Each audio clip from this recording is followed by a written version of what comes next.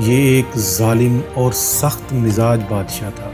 इसकी सफाकियत और बदअनवानी ने अशराफिया को बगावत पर उकसाया, क्योंकि इसके बेटे ने एक मुअज़्ज़ज़ खातून लोक्रेशिया के साथ जुल्म किया और उसने खुदकुशी कर ली।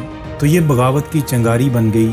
अशराफिया के रहनुमा लोशियस जूनियस ब्रॉड्स ने इनकलाब की क़यादत की।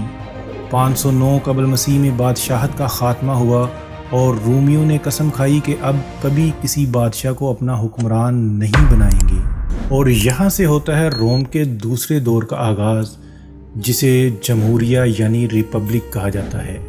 एक नई तर्ज की हुकूमत बनाई गई जिसे रिपब्लिक यानी अवाम की हुकूमत कहा गया, जिसका मतलब ये था कि अब रोम में एक शख्स के पास सारी ताकत नहीं रहेगी।